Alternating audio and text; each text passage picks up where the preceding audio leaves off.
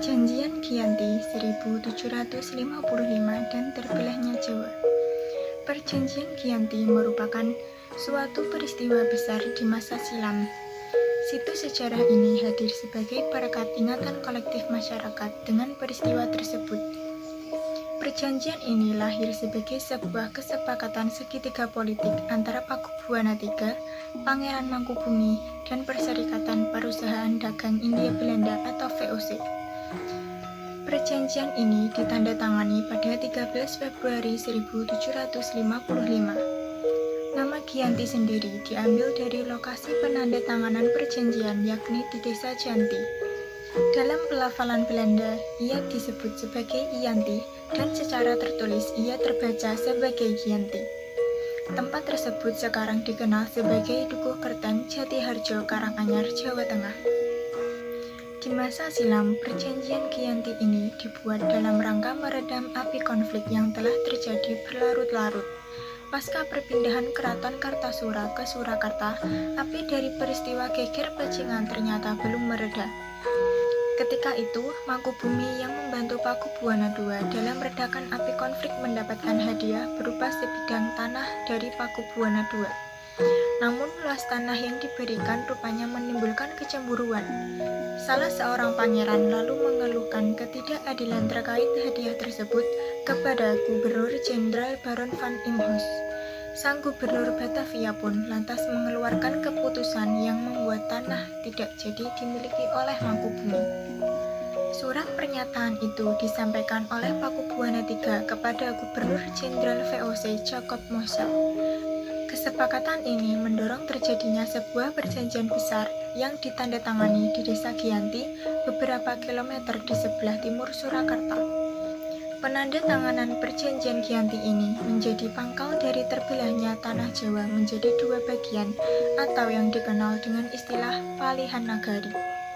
Hal ini menjadi awal mula naik tahtanya Mangkubumi di Yogyakarta sebagai Sri Sultan Hamengkubuwono I dengan gelar Senopati Ingalogo Sayyidin Panotagama Khalifatullah.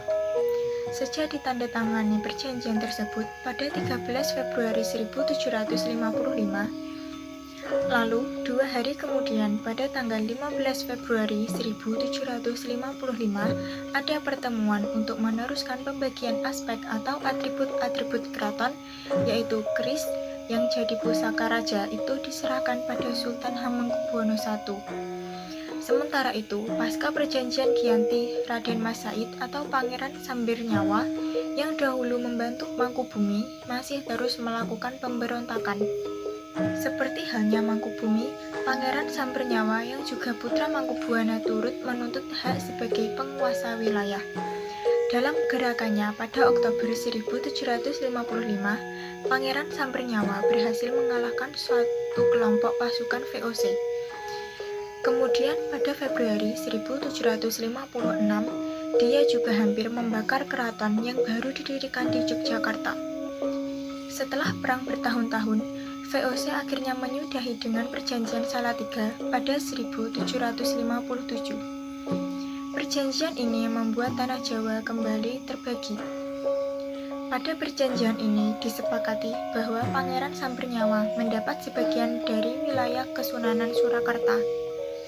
Tidak ada pembagian wilayah yang rinci menjadi masalah tersendiri dan menjadi sumber perpecahan dalam sejarah perjanjian Giyanti. Pembagian wilayah yang acak kemungkinan dilakukan dengan sengaja yang bertujuan untuk menimbulkan konflik selanjutnya karena banyak wilayah yang tumpang tindih antara suku kerajaan dan lainnya. Pembagian wilayah ini kembali terjadi di kemudian hari.